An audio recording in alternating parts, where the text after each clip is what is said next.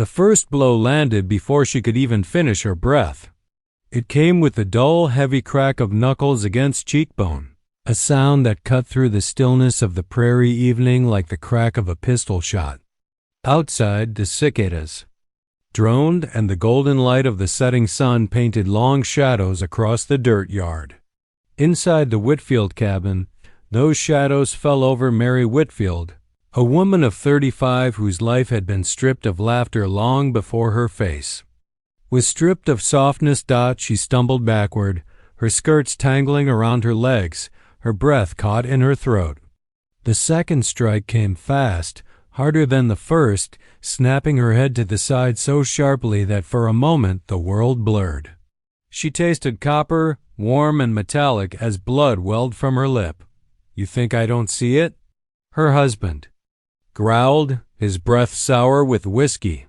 His wide frame filled the room like a storm cloud, his fists balled, his voice low and dangerous. Standing at the well, taking too long, smiling at men like a whore. "You shame me, Mary. You shame me." "I wasn't," she tried to speak, but the back of his hand silenced her, the crack echoing against the cabin walls. She staggered, clutching the table for balance, her fingers brushing against the dented tin plate that had held his supper only an hour ago. She had cooked it the same way she always did: beans, cornbread, a bit of salt pork, but nothing ever seemed enough for him. Not her food, not her silence, not her obedience. Her husband, Elias Whitfield, had once been a respected cattleman, but years of drought, failed drives, and endless whiskey had hollowed him out until all that remained was anger and suspicion. He had eyes that saw betrayal in every shadow, especially in the beauty of the woman he had once proudly called his wife. Her high cheekbones, her dark hair that spilled like ink down her back, her quiet smile that townsmen sometimes dared to notice, he saw it all as treachery. Characterless, he spat the word as though it were poison. A woman with honor don't invite stares. Don't linger where men can gawk. Mary's knees buckled.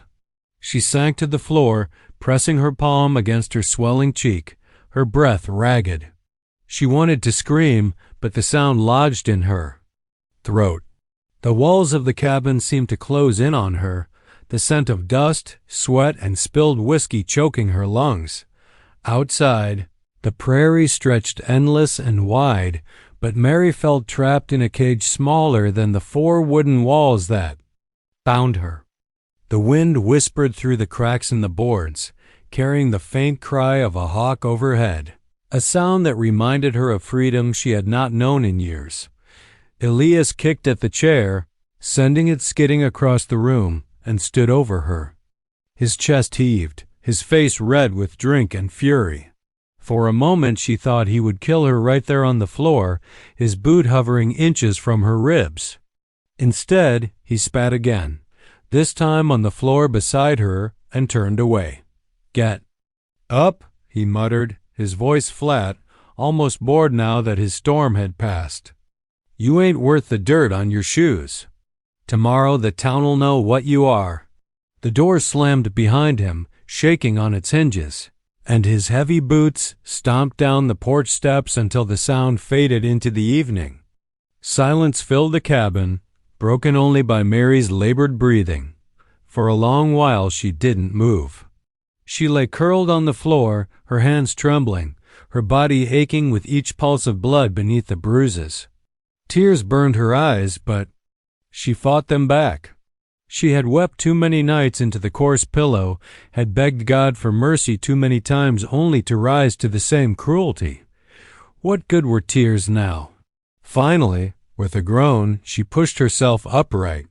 Her reflection in the cracked mirror above the washstand made her stomach lurch, her lips split, her cheeks swollen and purpled, her hair matted to her face with blood. She touched the tender skin, and for the first time she did not ask herself what she had done wrong. She knew the truth. It was not her fault. The fault lived in Elias, in his bitterness, his failure, his need to crush what he could not control. She stepped out onto the porch, the cool evening air biting her raw skin. The sky had turned a dusky violet, the sun sinking low behind the ridges, painting fire across the clouds. The beauty of it stung, as though the world dared to be so lovely while her soul felt so broken. Mary staggered down the steps and across the yard. She moved not with direction but with desperation, her feet carrying her toward the line of cottonwoods that shielded the creek. She needed water, to wash away the blood, to numb the pain, to feel something pure against her skin. The grass whispered. Around her boots, the frogs croaked in the distance, and the stars began to prick holes in the velvet sky. Every sound felt louder than it should, every shadow deeper. She pressed on, clutching her shawl around her shoulders.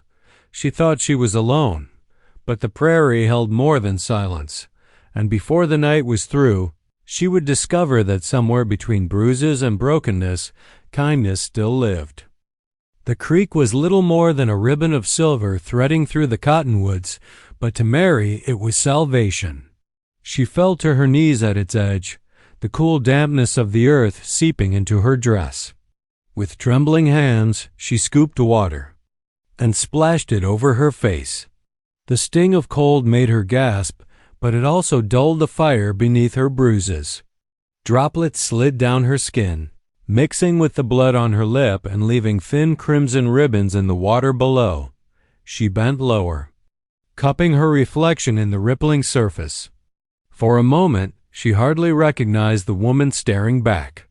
The swollen cheek, the dark blotches beneath her eye, the hollow look that no amount of water could wash away, it all spoke of years beaten down, chipped away piece by piece. She closed her eyes, wishing the creek could swallow her whole. That's when she felt it, the sense of being watched, her breath caught. At first, she thought it might be Elias, come to drag her back. She froze, her body stiff with fear, the sound of her pulse louder than the rushing water. Slowly, she raised her head. A shadow moved between the cottonwoods. He stepped into view, like something carved from the very land itself. Tall, broad-shouldered, bare-chested, his muscles caught the last light of dusk and gleamed like burnished bronze. His long black hair spilled down his back, loose except for a single braid tied with a strip of leather. Around his neck hung strands of beads and carved bone, tribal jewelry that whispered of a culture older than the fences and railroads. Creeping across the west, Mary's heart pounded. Her first instinct was to rise, to flee, but her body betrayed her. She remained kneeling in the mud, breathless, caught between fear and awe. He moved closer, his steps measured, soundless against the grass. The man did not speak. Instead, he crouched beside her, his dark eyes meeting hers. There was no judgment in them, no hunger, no scorn. Only a quiet fire, steady and unyielding. Mary flinched as he reached for her, but his hand carried no violence. He dipped a square of cloth into the creek, wrung it once, and pressed it gently against her cheek. She gasped at the chill, but when his fingers brushed her skin, she felt something she had not felt in years' tenderness. Her lips parted. She wanted to ask who he was, why he was here, why he bothered with a woman broken and discarded. But no words came. His voice, when it came, was deep and calm, carrying the rhythm of the plains. "You are hurt." It was not a question. Mary blinked back tears, ashamed that a stranger should see her so weak. "It's nothing," she whispered, though the bruises told another story. His eyes narrowed slightly, as if he could see through her lie. Yet he did not press. Instead, he rinsed the cloth again and dabbed the blood from her lip, careful, precise, as though she were something fragile that deserved care. The silence stretched, filled only by the rustle of leaves and the murmur of water. For Mary, it was a silence she had forgotten could exist peaceful, unthreatening, safe. Finally, she found her voice. "Why?" she asked, her tone almost pleading. "Why would you help me?" The warrior held her gaze, his expression unreadable. Then slowly he said, "Because no woman should carry a man's cruelty." The words struck her harder than Elias's fists ever had. Her throat tightened. Tears welled, hot and relentless, spilling down her face despite her effort to stop them. She turned away, ashamed of her weakness, but the warrior made no move to leave. He simply stayed, his presence as solid as the earth, letting her weep without judgment. When at last the sobs ebbed into shivers, he rose and built a small fire with practiced hands. Sparks leapt into the night, smoke curling toward the stars. He motioned for her to sit closer. From a leather pouch, he pulled a strip of dried meat and offered it to her. She shook her head, her stomach twisted tight, but the gesture warmed her more than the fire. She wrapped herself in the blanket he laid over her shoulders. The wool smelled faintly of sage and smoke, a comfort so foreign it felt like another life. Mary sat staring into the flames, her body still aching but her heart strangely lighter. She did not know this man, did not know his name or his tribe, but she knew one thing: he carried no cruelty in him. For the first time in years, she felt seen not as a possession, not as a sinner, not as a burden, but as a human soul deserving of kindness. And that, she realized with a trembling breath, was more frightening and more healing than any bruise upon her skin. The fire crackled softly, its glow painting the cottonwoods in shifting shadows. Mary sat wrapped in the blanket he had given her, her body hunched against the cold night air. The warmth from the flames seeped into her bruised skin, soothing aches that had nothing to do with fists. Across the fire, the warrior sat in silence, legs crossed, his gaze fixed on the dancing embers. He did not stare at her as Elias always did not watch her as though waiting to catch her in some imagined sin. His presence was steady, unintrusive like the stars overhead, constant and unyielding. Mary's fingers clutched the edge of the blanket. She could not remember the last time she had been this close to a man without fear. Every time Elias drew near, her body stiffened, bracing for pain. Yet here, with this stranger, her body reacted differently. The fear was still there, yes, but mingled with something else, an aching relief that felt almost foreign. She studied him through the flicker of flame. The light kissed his broad chest, the lines of muscle etched like stone carved by the river. The long black hair shimmered with hints of blue where the moonlight touched it. Around his neck and arms hung pieces of jewelry made of beads, feathers, and carved bone tokens of a life that carried meaning far beyond the world she knew. His eyes, dark and steady, reflected the fire but held depths deeper than the night. "Why are you here?" she asked finally, her voice fragile in the stillness. He lifted his gaze to hers. The firelight made his features sharper, like the ridges of the distant mountains. "This land is my home," he said simply. His voice was deep, calm, carrying weight like a river's current. "The creek, the trees, the sky, they belong to no one, man. I walk where they call me." Mary's lips trembled.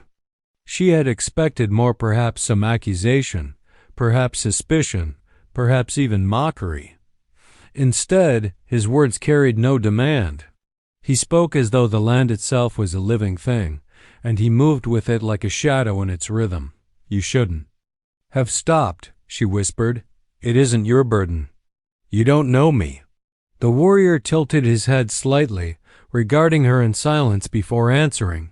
"I know pain," he said at last, "and I know when it belongs to the wrong. Hands, that is enough." The words unraveled something inside her. For so long, she had been told her suffering was her fault, that her beauty was a curse, that every bruise she bore was proof of her wickedness. Yet here sat a man who spoke of cruelty as though it were separate from her, not rooted in her being. Her throat tightened. She turned her face away from him, staring into the fire. Tears welled, unbidden, spilling hot down her cheeks. She covered her face with her hands, ashamed, but the sobs came anyway low, broken sounds that carried years of silence within them. The warrior did not move to hush her. He did not reach across the fire, did not demand she stop. He let her cry, his quiet gaze steady, holding the space for her pain without judgment. The crackle of firewood filled the air, punctuated by the distant cry of a night bird. And Mary wept until her chest ached out when at last the storm within her subsided. She lowered her hands. The fire had burned lower, glowing coals painting the ground with a softer light. She wiped her cheeks with the edge of the blanket, her body trembling from exhaustion. "I'm sorry," she murmured. "I didn't mean to. Do not be sorry." He interrupted gently, his tone neither harsh nor soft but steady as the earth. "Tears are not weakness. They are proof that the heart still beats." Mary stared at him, stunned. How many nights had she cried alone, convinced that her tears were shameful, that they made her weak, unworthy, broken? And yet here, a man who owed her nothing told her they were proof of her strength. A lump rose in her throat. She wanted to ask his name, but she hesitated, as though knowing it might make this fragile moment too real, too fragile to bear. Instead, she whispered, "I don't remember what it feels like to be safe." The warrior's gaze softened. "You are safe tonight." The words sank deep, wrapping around her heart like the blanket around her shoulders. For the first time in years, she believed them. The night grew colder, the stars sharper against the velvet sky. The fire burned low, its embers pulsing like a heartbeat. Mary leaned closer, pulling the blanket tighter, and for once, she did not tremble in fear. As her eyes grew heavy, she realized something she had not thought possible only hours before.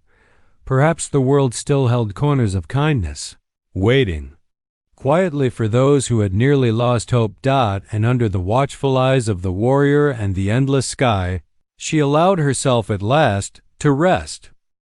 The days that followed blurred together like watercolor bleeding across paper. Morning sun spilled golden over the prairie, and each dawn brought Mary another breath of freedom she hadn't thought possible. Her bruises faded slowly, purples, softening into yellows, but the ache inside her lingered. And yet, with every sunrise spent near the warrior, a piece of her spirit began to stitch itself back together. He showed her the places where wild herbs grew. Kneeling among the brush, his hand steady, he taught her to crush the leaves of yarrow into a paste for swelling, to boil willow bark for pain. His voice was low and deliberate, each word carrying the weight of experience. She listened, watched, and learned. Her fingertips, once calloused only from scrubbing floors and carrying buckets, now touched the earth in new ways, healing ways. Sometimes he would leave in the early hours, disappearing into the cottonwoods, returning with fish or rabbit caught, with the ease of someone who had survived by the land his entire life. Once he brought back a quail, holding it up by the legs with a faint trace of humor in his dark eyes. Mary had startled at the sudden flutter of wings, letting out a sharp little scream, and he had laughed an honest, deep laugh that rumbled like distant thunder. The sound startled her more than the bird. Laughter had been a stranger in her world for so long that she hardly recognized it, but it warmed her chest in a way she had nearly forgotten existed. Still, beneath these small moments of reprieve, danger brewed like storm clouds just beyond the horizon. Mary knew Elias well enough to understand he would not rest quietly. His pride was a wounded beast, and beasts always sought blood. In town, whispers traveled fast. She could imagine the look on his face as he slurred accusations over whiskey, his wife, gone, running off, maybe with another man. Each rumor would strike his pride like a poker in a fire, and when Elias's pride burned, his fists and his gun were never far behind. One evening, as the sun dipped low, painting the land in a wash of amber and rust, Mary sat by the fire plucking herbs he had gathered. The warrior sharpened his tomahawk nearby, the steady scrape of stone against. Steel rhythmic, purposeful. She found herself watching the muscles of his forearm move with each stroke, the way the light caught in his long hair. "Do you ever grow weary of being strong?" she asked before she could stop herself. Her voice was soft, but the question carried years of unspoken weight. The scrape stopped. He lifted his eyes to hers, thoughtful. For a moment he said nothing, as if measuring his words carefully. Then, with the calm gravity that always marked his speech, he replied, "Strength is not in never growing weary. It is in carrying on, even when you are." Mary lowered her gaze, her hands trembling slightly as she folded the leaves. His words lingered, settling deep within her chest. She realized that for the first time in her life, she wanted to be strong, not merely to survive. Elias's rage. But to stand on her own 2 feet, unshaken. That night, lying beneath the blanket he had given her, Mary stared up at the stars through the break in the trees. The warrior slept a few feet away, his chest rising and falling steadily, one hand resting loosely near the tomahawk. She thought of Elias, his shadow looming ever closer. A tremor of fear ran through her, but it was different now. Fear no longer chained her. It sharpened her dot in the morning. She rose early and walked to the creek, dipping her hands into the cold water. She cupped it to her lips, tasting its freshness, and caught her reflection once more. The bruises had dulled, but her eyes, they looked different. There was a glint there, faint but undeniable. Courage. She had thought the warrior was the one carrying it, but now she began to see that perhaps he had only lit the fire that already lay hidden in her. Later that afternoon, as they gathered firewood, he paused suddenly, his eyes narrowing toward the horizon. Dust rose faintly in the distance, curling like smoke above the ridge. Mary's breath caught. She knew what it meant. Riders. Her heart pounded as she clutched the bundle of wood. "It's him," she whispered, her voice breaking. "The warrior." Straightened, his silhouette tall and unflinching against the blazing sky. He laid a steady hand on her shoulder, grounding her trembling. "Then the time comes," he said simply. His calm steadied her more than any promise could. She drew in a sharp breath and stood taller. Whatever storm was coming, she would face it, not as the broken woman who had fallen into the dirt of Elias's cabin, but as a woman who had found her courage beside the firelight of a warrior's kindness. The dust rose higher now, no longer faint on the horizon, but a rolling cloud carried by pounding hooves. Mary's heart hammered against her ribs as she stood at the edge of the clearing, the bundle of firewood slipping from her trembling arms. The sound grew louder, hoofbeats like thunder rolling over the plains, rattling the earth beneath her boots. The warrior stood calm, his posture tall and unmoving, his tomahawk hanging loosely at his side. To Mary, he looked carved out of the land itself, unshaken by the storm rushing toward them. But her breath came fast, uneven, her palms damp with fear. The riders came into view at last, 4 men on horseback, their faces hard with drink and pride.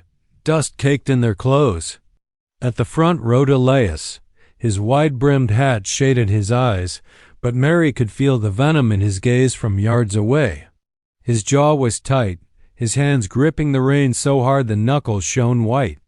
Rage clung to him like a shadow. He pulled his horse to a stop just beyond the fire, the beast stamping and snorting, dust billowing around its hooves. Elias's eyes found Mary instantly, raking over her like a hawk over prey.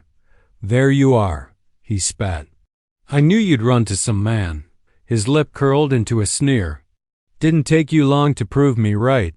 Mary flinched at the words, her instinct to shrink back, but before she could move, the warrior stepped forward. He planted himself firmly between her and Elias, his bare chest catching the dying light of day, his hair streaming in the hot prairie wind. His presence was a shield, a wall of calm strength. "She is not yours to hurt," the warrior said, his voice deep, steady, carrying across the clearing like a drumbeat. Elias's face twisted, red with fury. "She's my wife," he roared, spittle flying. "Mine. You don't get to speak for her. You don't get to take what belongs to me." His hand moved to the revolver at his hip, fingers itching with violence. The warrior didn't flinch. "A woman is not property," he replied, his tone firm, unyielding, every syllable echoing like thunder. The words hit Mary's chest like a spark striking dry tinder. She felt her breath catch, her throat tighten. No one had ever spoken those words for her, not in all her years of pain. For a moment, she wanted to fall to her knees in gratitude, but she forced herself to stay upright, her body trembling but her spirit stirring. The men behind Elias chuckled, though uneasily, shifting in their saddles. One called out, "Careful, Whitfield, he looks like he means it." But Elias ignored them, his eyes locked on the warrior. "You think you can stand there and talk to me about my wife?" Elias sneered. He leaned forward in the saddle, his hand resting fully on the grip of his revolver now. "You think you can take her from me? You're nothing but a savage with feathers and beads." Mary's stomach turned at the insult, the old sickness of fear rising, but the warrior's expression remained unbroken. He stood like stone, unshaken by the words, as though insults could not reach him. His stillness was louder than shouting. "She does not belong to you," the warrior said again, slower this time, the weight of truth behind every word. The tension thickened like smoke.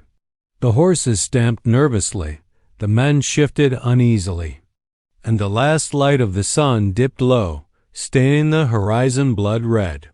Mary could hear her pulse roaring in her ears, could feel her knees weakening, but something new burned in her chest. A spark. A strength she had thought long buried. She stepped forward, her voice trembling but clear. "Elias," she said, surprising even herself. His head snapped toward her, his face twisted in disbelief that she would dare speak. "I will not go back with you." For a moment, silence swallowed the clearing. Elias's mouth opened, then closed, his rage choking him. He jerked his revolver free in one swift motion, the barrel glinting in the fading light. "Then you'll both die for your sins," he growled. The men behind him drew their weapons too, though their hands shook, their loyalty not as strong as their fear. Mary's breath hitched, her body frozen in terror. But when she looked at the warrior standing before her, steady and unshaken, she realized something deep inside her had shifted. For the first time in her life, she wasn't praying for someone to save her. She was praying for the courage to fight. The air split with the sound of splintering wood as the drunk cowboy hurled his whiskey bottle against the porch post. Glass shattered, whiskey dripping down the wood like blood. "You think you can shame me, woman?" he roared, spit flying from his cracked lips.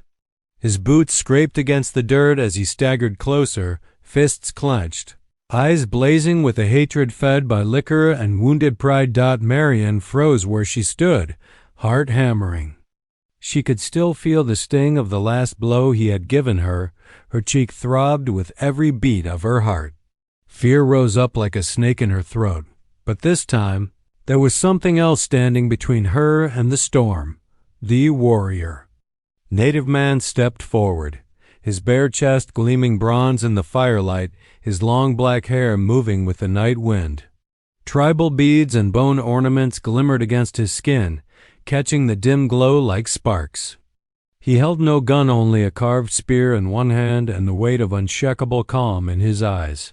"You've done enough harm," his deep voice rumbled, slow and steady. It was not loud, but it carried more power than the cowboy's drunken shouts. The drunkard let out a bark of laughter, ugly and sharp. "You? Some savage tramp thinking you can tell me what's mine?" His hand fumbled at his holster, fingers curling around the grip of his revolver. Marian gasped. Her knees weakened, but her eyes darted to the warrior. His shoulders didn't. move, his breathing stayed steady. He did not flinch. The cowboy yanked his gun free, aiming clumsily as the world around seemed to freeze. The cicadas stopped singing. The fire popped once and went still. For a moment, Marion thought she would watch the warrior fall, a bullet tearing through the calmness he carried. But before the gun could rise, the warrior moved. Like a flash of lightning, his arm shot forward. The spear left his grip with a sharp hiss, flying straight and true. It struck the ground just inches from the cowboy's boot, lodging into the dirt with a crack. Dust rose, curling around the man's legs. The drunkard stumbled back, startled, his pistol wavering. Sweat rolled down his temples. The warrior stepped closer, slow and deliberate, his eyes never leaving the man's face. "You raise your hand again," he said, voice low as a growl, "and you'll meet more than wood and dirt." The cowboy's hand shook, his bravado cracking beneath the weight of those words. He aimed the pistol again, but his breath was ragged, unfocused. His finger trembled on the trigger. "Don't!" Marion cried, rushing forward, her voice breaking with desperation. She grabbed at his arm, and in his drunken fury, he shoved her aside. She hit the porch rail hard, a sharp cry leaving her lips. That was enough.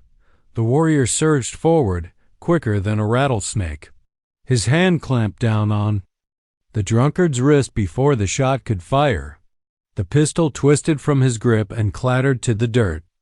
In the same motion, the warrior shoved him back, the cowboy stumbling into the dust, coughing and cursing. For a moment, the two men stood in the fire's glow, the drunkard, wild-eyed and broken down, and the warrior, broad-shouldered and steady as stone. The difference between them was as wide as the canyon rivers that cut the desert. Marion pressed a trembling hand to her ribs, her breath ragged. She could not look away. The cowboy spat into the dirt, his pride shattered more than his weapon. "This ain't over," he snarled, though his voice cracked under the weight of his humiliation. He staggered back toward the homestead, shoulders hunched, his steps uneven. Each retreating footfall felt like thunder rolling away. The warrior bent down, plucked the discarded pistol from the ground, and emptied the bullets one by one into the dust before tossing it aside. He didn't watch the drunkard vanish into the dark. His focus was only on Marion. He approached her slowly, his hand reaching out not with demand, but with gentleness. His calloused fingers hovered near her arm before he finally touched her shoulder. "You are safe now," he said simply, his voice steady as the earth itself. Tears blurred Marion's vision. She had heard words from men all her life, harsh ones, cruel ones, lies sweetened by whiskey, but never words like these. Words that felt like a promise, carved deep and true. The night was quiet again, save for the crackle of fire and Marion's uneven breaths. In that silence, she knew the fight was not truly over. Her husband's hatred would return, stronger, darker. But for the first time, she also knew she wasn't alone anymore. The night stretched long, but eventually the fire dwindled to glowing embers. The dust from the retreating horses had settled, leaving the prairie calm once more. Mary leaned against the warrior, her body still trembling from adrenaline, yet her heart beat with a new, fierce strength. She had survived. Not by luck, not by chance, but because someone had chosen to stand with her. The warrior, still bare-chested, with long black hair cascading over his broad shoulders and tribal jewelry catching the faint starlight, sat cross-legged beside the fire. His eyes scanned the horizon, alert, as if he could sense danger before it arrived. But for now, there was nothing, only the whisper of the wind through the cottonwoods, the distant call of a night bird, and the steady, grounding presence of him beside her. Mary's fingers brushed against his arm, hesitant at first. I don't even know your name," she whispered, her voice still shaky. He tilted his head slightly, dark eyes softening. "Names are important, but sometimes what we do speaks louder." He paused, then added quietly, "I am called Dakota." She repeated it softly, as if tasting the word. Dakota. It felt like a shield, a promise, a breath of wind over parched earth. For hours they sat in silence. Mary wrapped the blanket tighter around her shoulders, watching the stars fade as dawn slowly crept across the horizon. Colors of violet and gold streaked the sky, illuminating the prairie in a soft glow. She thought of Elias, of the years she had lived in fear, and a shiver ran through her, not from cold, but from the memory of pain. "You saved me," she said finally, her voice breaking, tears slipping down her cheeks. "You didn't have to. You could have walked away, but you stayed." Dakota's gaze remained steady. "No one deserves to be beaten, Mary. No one deserves fear in their own home. Courage is not in never falling. It is in rising when all seems lost." She swallowed hard, feeling a warmth spread through her chest. For the first time in years, she allowed herself to hope. The prairie, which had once seemed so endless and indifferent, now felt like a vast canvas of possibility. She could choose life, choose freedom, choose strength. By the time the sun had fully risen, casting light over the dew-covered grass, Mary felt renewed. Dakota had gone to fetch water, leaving her alone with her thoughts, yet she did not feel alone. She had discovered a courage she had forgotten, a fire that no one could extinguish. When he returned with a small jug of water, she met his gaze and smiled faintly, a fragile but genuine smile. It was a beginning. The distant sound of hooves alerted them to another presence. Mary's heart skipped. Was it Elias returning, thirsting for revenge? But it was only a group of riders from the nearby town, curious about the commotion and the dust that had marked the previous night's confrontation. Dakota did not flinch, and Mary realized that, for the first time, she was not afraid. One of the riders, a young man, dismounted and approached cautiously. He glanced at the woman and then at the warrior. "We heard shouting?" "Trouble last night?" Mary shook her head, then met Dakota's steady eyes. "It's over," she said, her voice firmer than she expected. "It's finally over."